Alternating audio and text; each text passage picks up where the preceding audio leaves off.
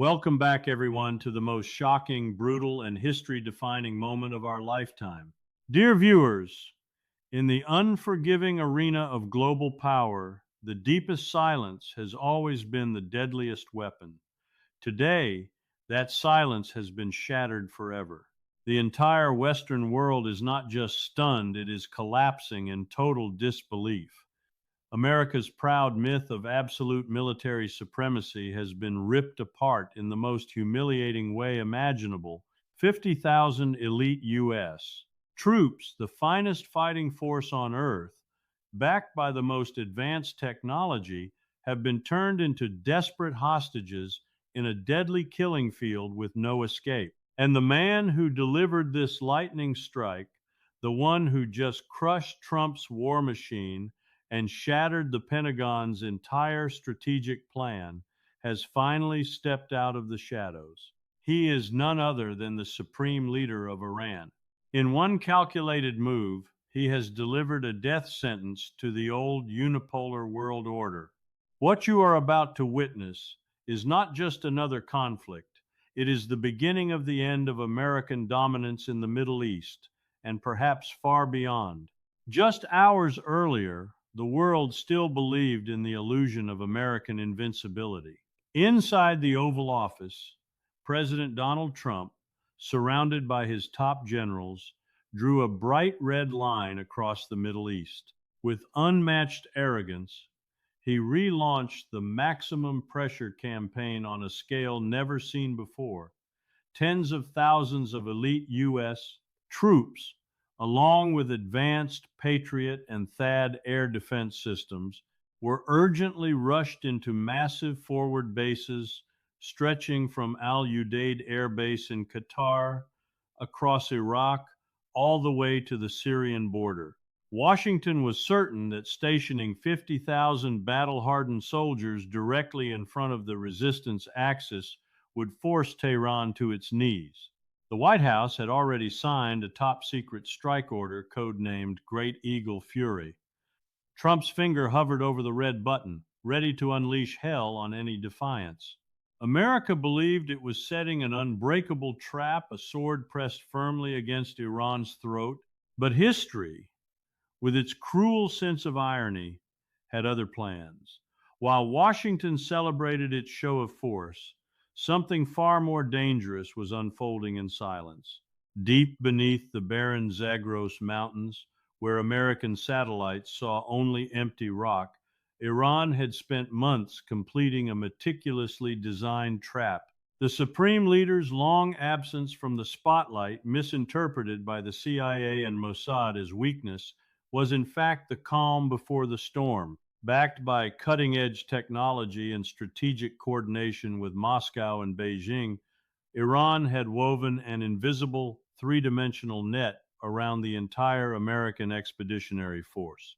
The stage was now perfectly set, the trap was ready, and the hunter was about to reveal himself. While Washington's representatives were still boasting about the invulnerability of their bases to the international press, the steel doors of Iran's underground command center swung open in Tehran. The supreme leader emerged, not with fiery sermons, but with a cold, calculating gaze that seemed to pierce straight through the geopolitical map. With a single quiet nod, he issued one directive that carried the weight of an avalanche. The first blow did not come from explosions, but from an invisible battlefield.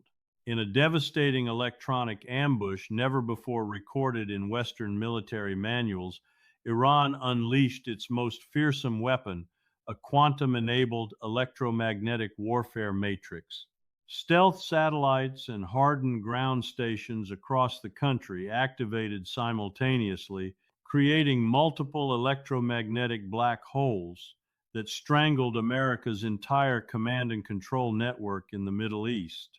Urgent intelligence reports had warned of unusual activity at Iranian ballistic missile sites. President Trump immediately ordered a preemptive strike to destroy every launcher. The command, bearing the highest quantum encrypted signature, raced from the White House Situation Room to CENTCOM, yet the order never reached the field commanders. It was swallowed, crushed, and shredded mid-transmission. Radar screens across dozens of major U.S. bases suddenly went dark, turning into lifeless gray voids. Communication lines collapsed. Satellite links were severed. The Pentagon's multi-billion-dollar digital nervous system was blinded and deafened in a matter of minutes. 50,000 elite American troops, stationed in forward positions from Qatar to Syria, found themselves isolated in an electronic cage. Reinforcements could not be called. Coordinated defense became impossible. Trump's Great Eagle Fury launch order turned into meaningless strings of code drifting uselessly through electronic silence. Then came the second strike, the true scythe. The quiet night sky over the deserts of Iraq, Syria, and the Persian Gulf was torn apart by thousands of glowing red streaks. This was no probing attack. It was a precisely orchestrated, symmetrical saturation barrage of hypersonic ballistic missiles, new generation missiles developed with covert assistance from strategic partners, screamed down from the stratosphere at speeds far beyond any passive defense system's capability to intercept. Waves of warheads carrying thousands of tons of explosive power rained down with demonic accuracy. Billion-dollar Patriot and THAAD batteries fired desperately into the darkness, chasing heat decoys and swarms of suicide drones. Their interceptors exploded harmlessly in empty sky, while the real warheads slammed into runways, ammunition depots, fuel farms, and command bunkers. Shockwaves ripped through reinforced concrete and steel, hurling billion-dollar F-35 stealth fighters like burning toys across the tarmac. The 50,000 American soldiers who had arrived as proud enforcers of the empire now screamed inside seas of flame. Super bases that once symbolized American dominance were transformed into giant funeral pyres. The psychological impact was immediate and devastating. American generals in the Pentagon watched fragmented footage in stunned silence, unable to contact their units or order evacuation. President Trump stood frozen before the massive screens in the underground bunker, his face a mask of rage turning into bone-chilling helplessness. In a single coordinated operation, the supreme leader had achieved what no adversary had done before, neutralizing America's technological superiority through superior asymmetric warfare. The electronic cage had sealed their fate, and the hypersonic rain delivered the execution. The proud sword pressed against Iran's throat had been turned back against its owner with devastating force. If Washington believed the fiery annihilation of 50,000 troops on land marked the end of the nightmare, they were gravely mistaken. While flames still consumed American bases across the desert, the Supreme Leader's true masterstroke was already unfolding beneath the dark waters of the Arabian Sea and the narrow confines of the Strait of Hormuz. In the frantic hours following the electronic blackout, the Pentagon had desperately turned to its last remaining pillar of regional power, the USS Gerald R. Ford Carrier Strike Group. This $1.3 billion nuclear-powered behemoth, escorted by a fleet of Arleigh Burke-class destroyers, cruisers, and submarines, represented the crown jewel of American naval supremacy. Loaded with dozens of F-35C stealth fighters and supported by the legendary Aegis combat system, it was supposed to be untouchable. Instead, Washington had made a fatal error born of centuries of maritime arrogance, cramming this massive steel fortress into the shallow, confined waters of a strategic choke point where maneuverability was nearly impossible. Deep in the ocean abyss, Iran's asymmetric naval strategy, meticulously prepared with technological assistance from its Eurasian partners, had transformed the entire region into a deadly underwater killing zone.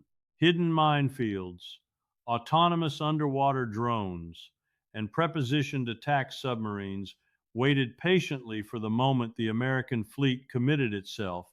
The first warning came as a sudden scream across the few surviving radar consoles of the Fifth Fleet. Massive thermal signatures surged upward from the depths at supercavitating speeds. These were not ordinary torpedoes.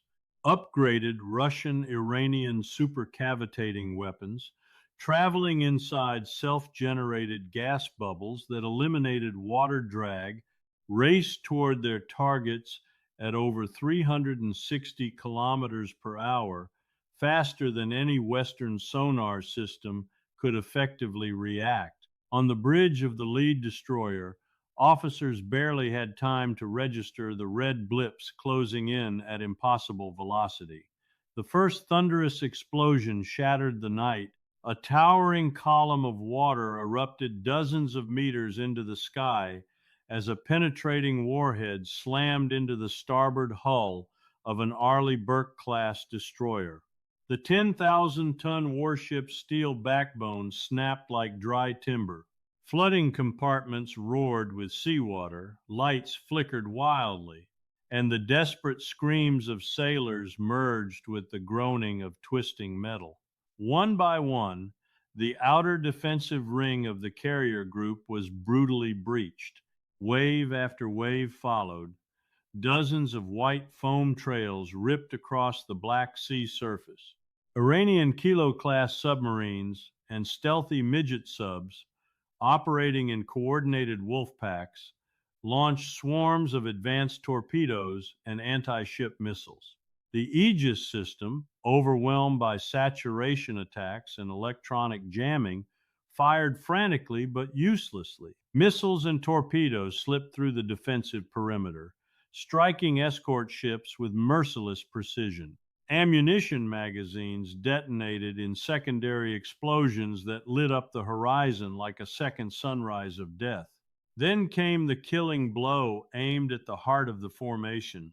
The USS Gerald R. Ford, now exposed and unable to maneuver effectively in the narrow waters, became the primary target. Multiple supercavitating torpedoes converged on the massive carrier from different vectors. The first impact struck near the stern, tearing through armored plating and flooding the engineering spaces. Alarms blared across all decks as power systems failed. A second torpedo slammed into the port side amidships, creating a gaping wound that allowed thousands of tons of seawater to pour in. The pride of the U.S. Navy began listing heavily, its flight deck tilting at a terrifying angle. Hundreds of sailors fought desperately against rising water and spreading fires. F-35 fighters slid across the angled deck and plunged into the sea like fallen angels. The once mighty carrier, symbol of American global reach, was reduced to a burning, sinking giant. Iranian Revolutionary Guard speedboats circled the wreckage like predators, their crews filming the historic scene that would soon be broadcast around the world. Back in Washington, the atmosphere inside the underground bunkers turned suffocating. President Trump stared at the live feeds in stunned silence as the Fifth Fleet's nightmare unfolded in real time. Generals who had planned for conventional naval battles watched helplessly as their most advanced fleet was dismantled by weapons and tactics they had never truly prepared for. The psychological shock rippled far beyond the Pentagon. In Riyadh, Tel Aviv, and NATO headquarters, leaders realized with cold horror that America could not even protect its most powerful naval assets in a confined theater. The destruction of the Gerald R. Ford Carrier Strike Group was not merely a military loss. It was the symbolic execution of American naval dominance in the region.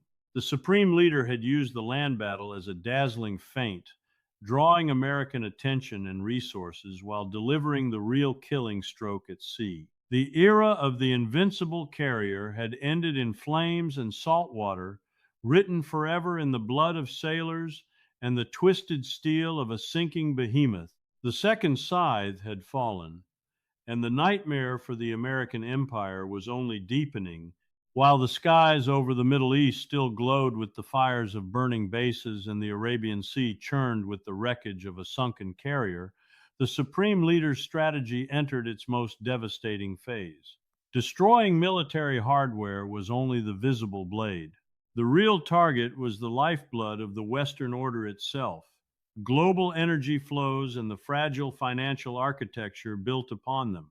Even as rescue operations struggled amid the chaos, hundreds of concealed Iranian anti-ship hypersonic missile batteries emerged from camouflage positions along the cliffs and islands ringing the Strait of Hormuz. At a single command, their black muzzles rose toward the narrow waterway that carries more than one-third of the world's seaborne oil. Within minutes, swarms of suicide drones and hypersonic anti-ship missiles saturated the choke point. Giant supertankers, many flying American and European flags, executed desperate emergency turns, abandoning billion-dollar cargoes as they fled the kill zone.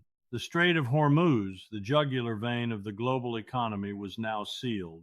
In trading rooms across New York, London, and Tokyo, early warning systems erupted in pandemonium. Oil prices did not rise, they exploded. Brent crude surges past $300 per barrel in minutes before the exchanges were forced to halt trading. The rupture in global energy supply chains triggered an immediate economic mega tsunami. Airlines grounded fleets, factories began shutting down, and governments across Europe declared emergency energy rationing. The carefully managed illusion of energy security that the West had maintained for decades vanished overnight. But the Supreme Leader's blow went far deeper than oil prices. For years, Washington had wielded sanctions, weaponized the dollar, and controlled SWIFT as instruments of dominance.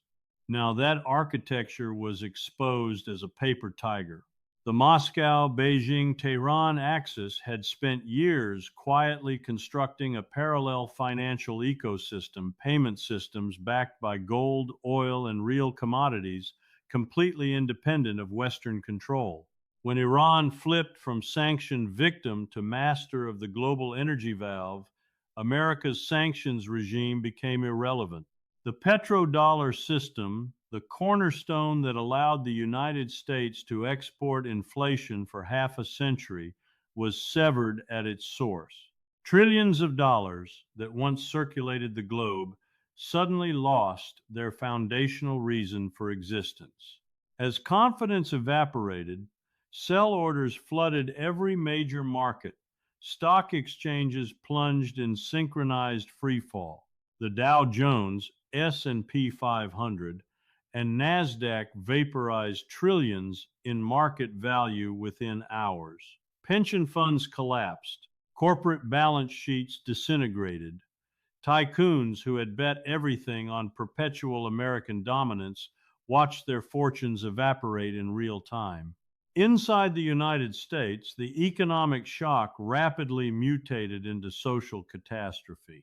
Iranian cyber units, supported by elite Russian hackers, breached Pentagon firewalls and began flooding global social media with raw, unfiltered footage. American soldiers burning alive in bunkers, the USS Gerald R. Ford listing and sinking, desperate sailors leaping into oil-slicked waters. The American propaganda machine, once omnipotent, was powerless to contain the truth. Millions of citizens woke to scenes of national humiliation. Vietnam-era trauma returned with brutal intensity. Panic buying emptied supermarkets. Gas stations ran dry. Riots erupted in major cities as people fought over basic supplies. The psychological warfare proved even more lethal than the physical strikes.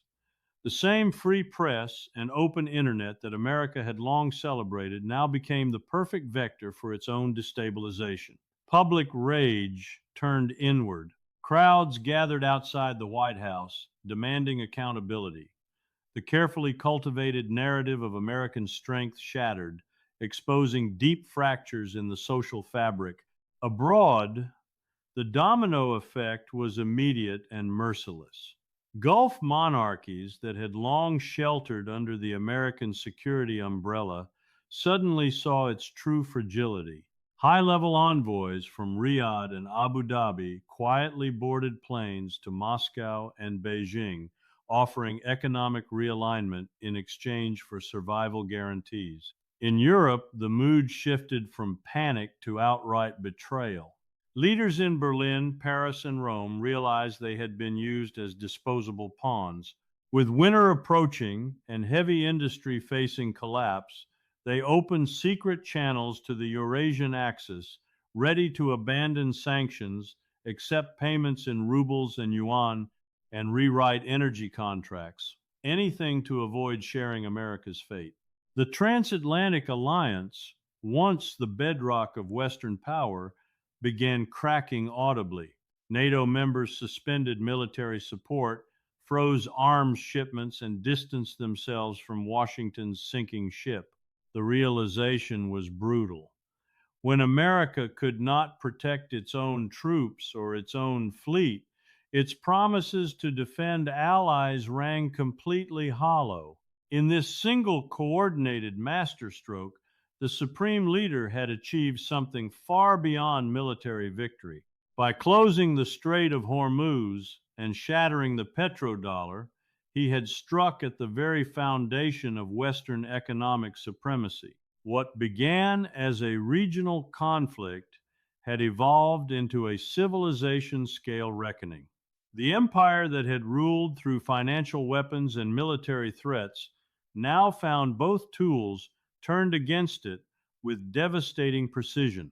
The third scythe had cut deepest of all, not through flesh and steel, but through the economic arteries that sustained the entire unipolar order. And still, the nightmare was not over.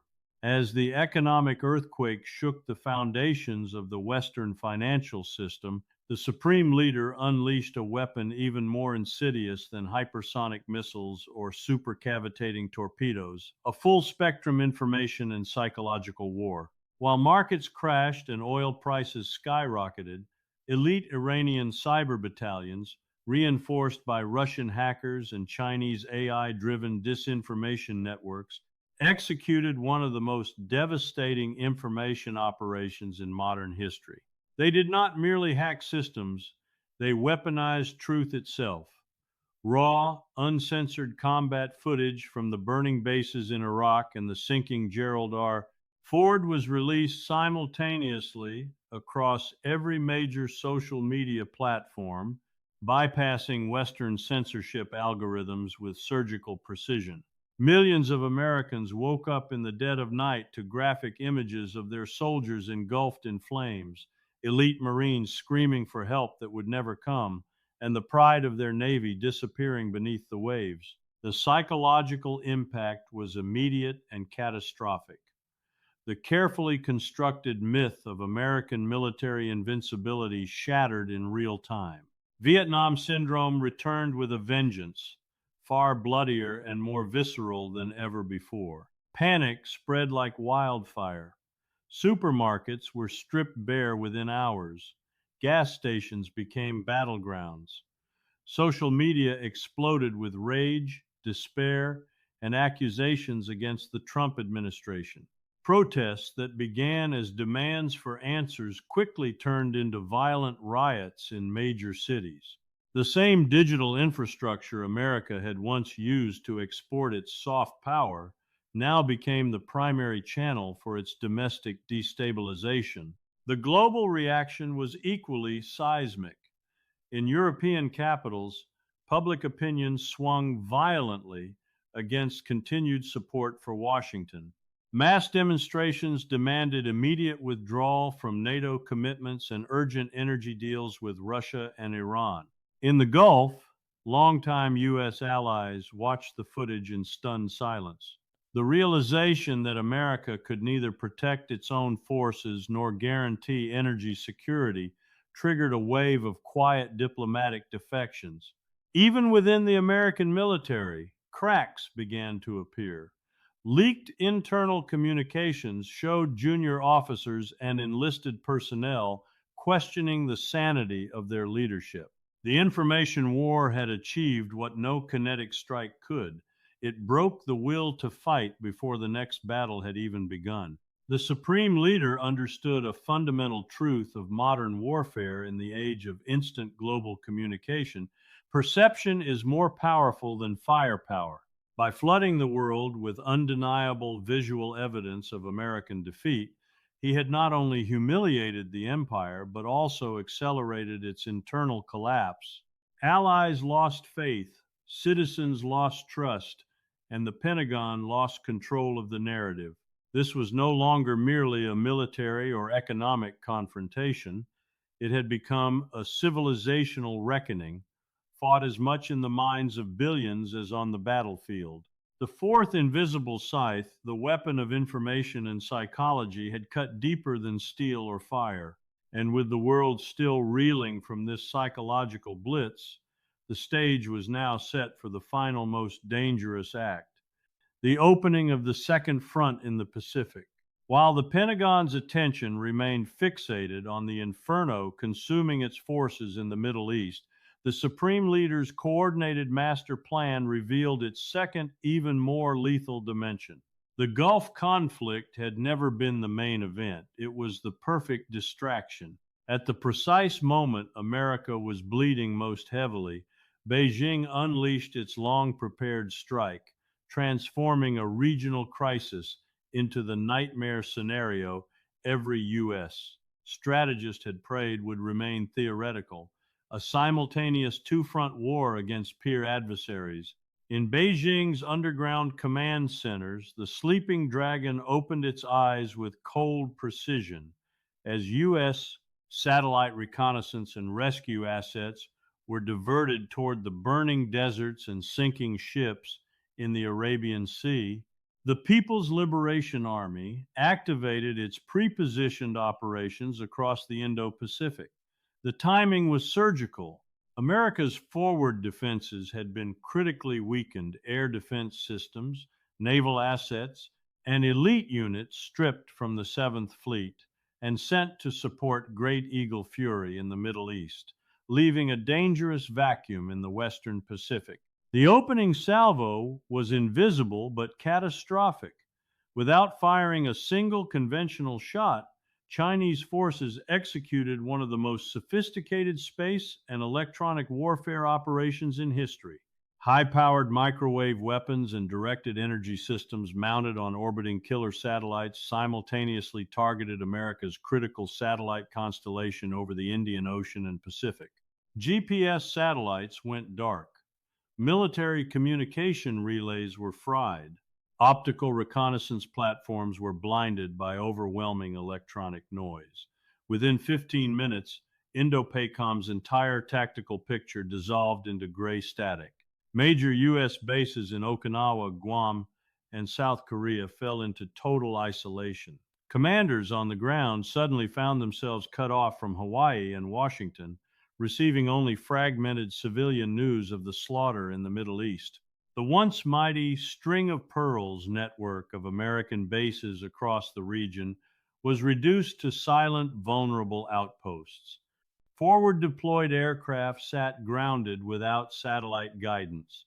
Naval task forces lost real-time coordination. The information dominance America had taken for granted for decades evaporated in the electronic fog. In the Taiwan Strait and surrounding waters, the PLA Navy and rocket force moved with terrifying efficiency. Hypersonic DF-21D and DF-26 carrier killer missiles were placed on mobile launchers along the coast.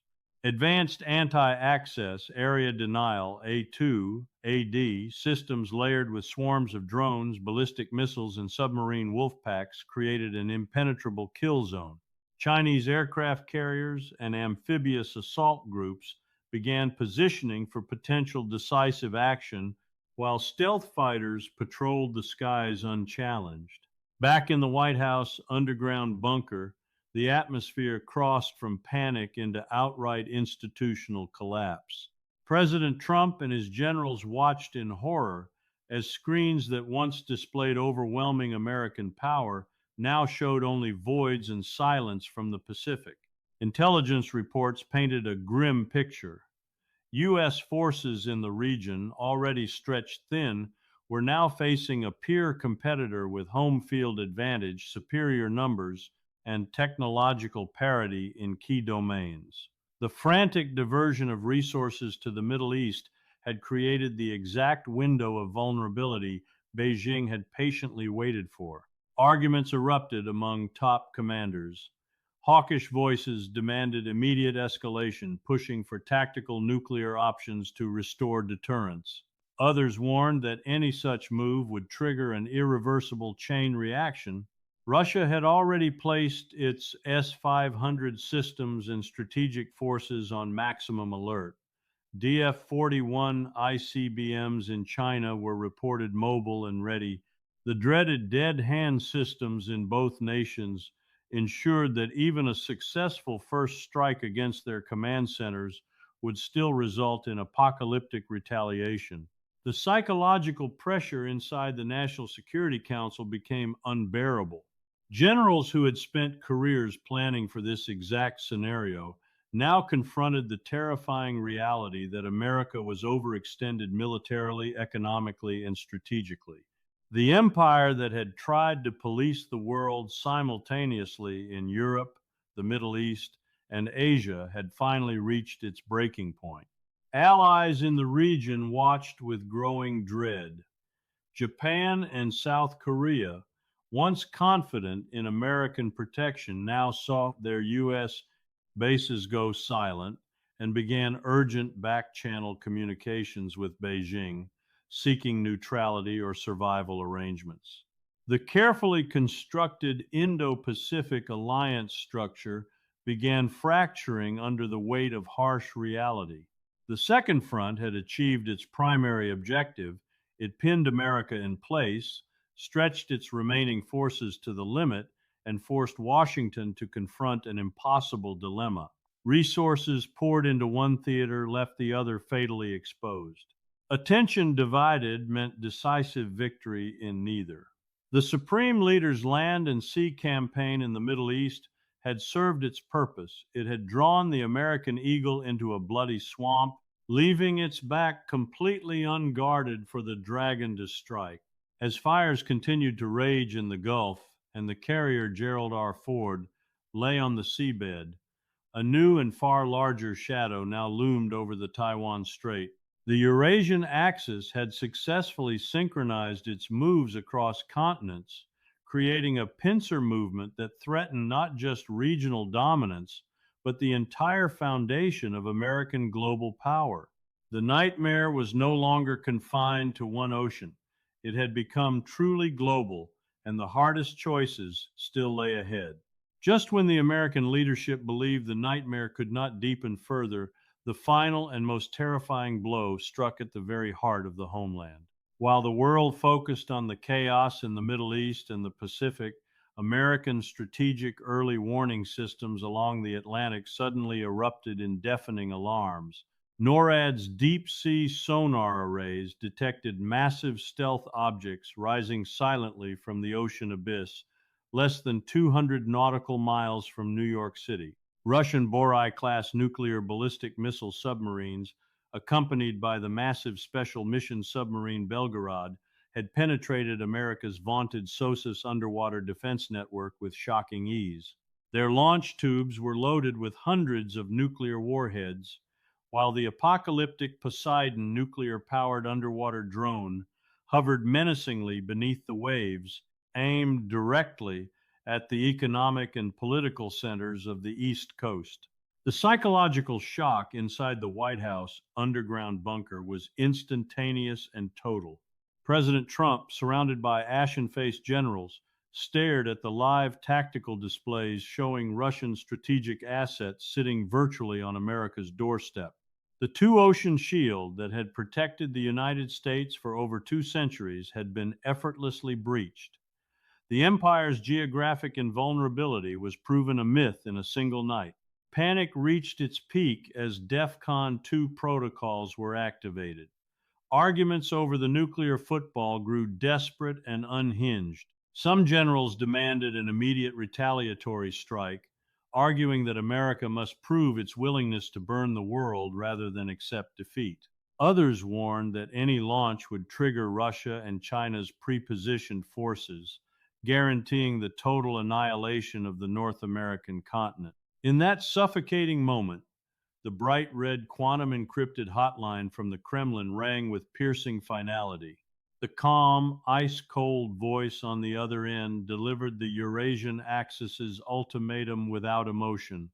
America could withdraw from Asia and Europe in humiliation and preserve its survival, or it could choose nuclear war and disappear from history within minutes. The weight of 3 centuries of American power pressed down on one man. As Trump's trembling hand hovered over the nuclear launch keypad, the illusion of supremacy finally shattered completely. The homeland itself was now under the shadow of the scythe. Once the final nuclear option was taken off the table, the geopolitical chessboard entered its phase of ruthless reckoning. The supreme leader, operating under the strategic umbrella of the Moscow-Beijing-Tehran axis, declared a unilateral but ironclad ceasefire from Tehran. There would be no further slaughter.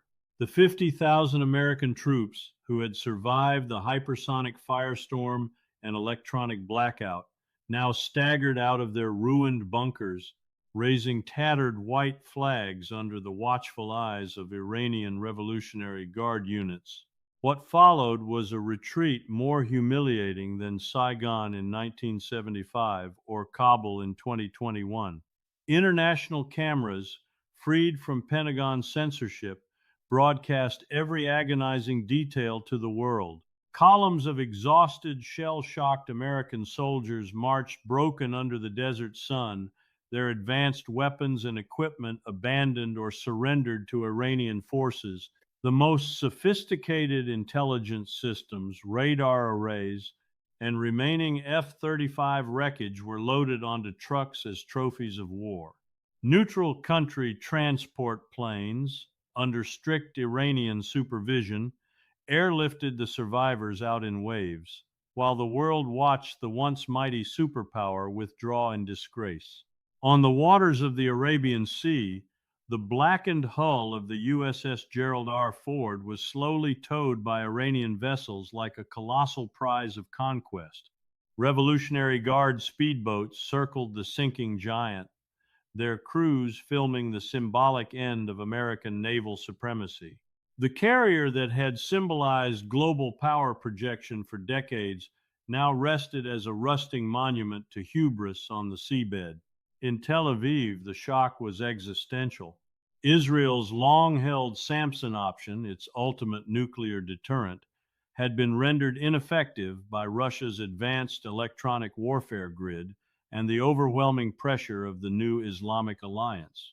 With Washington's security umbrella evaporated and the region now dominated by a victorious Iran, Israeli leaders faced an impossible reality.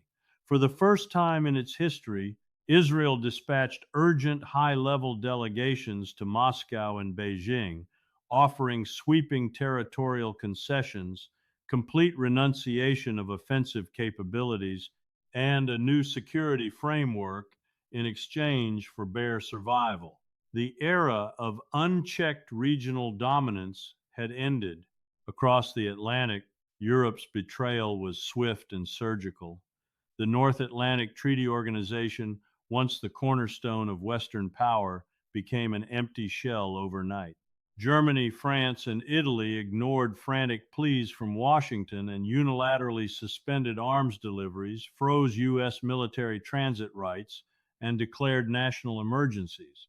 With energy supplies severed and heavy industry on the brink of collapse, European leaders rushed to sign new treaties in the Kremlin and Zhongnanhai. They agreed to pay for Russian and Iranian energy in rubles and yuan, opened their markets to Eurasian goods, and quietly abandoned the transatlantic alliance that had defined their foreign policy for 80 years. The old continent had chosen survival over loyalty to a dying empire. The most devastating blow, however, came on the economic and financial front. The closure of the Strait of Hormuz, combined with the visible collapse of American military power, delivered the death sentence to the petrodollar system. For decades, the world had tolerated America's endless money printing because U.S. military might guarantee the dollar's supremacy. That guarantee was now gone. BRICS nations, led by Russia and China, immediately activated their long prepared alternative architecture. A new international payment system backed by gold, oil, and strategic commodities went live, instantly bypassing SWIFT. Trillions of dollars that had once circulated globally began flooding back into the United States. Hyperinflation exploded with terrifying speed. Prices doubled, then tripled within weeks. Savings were wiped out.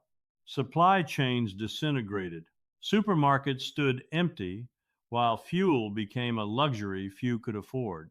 Inside America, social order unraveled.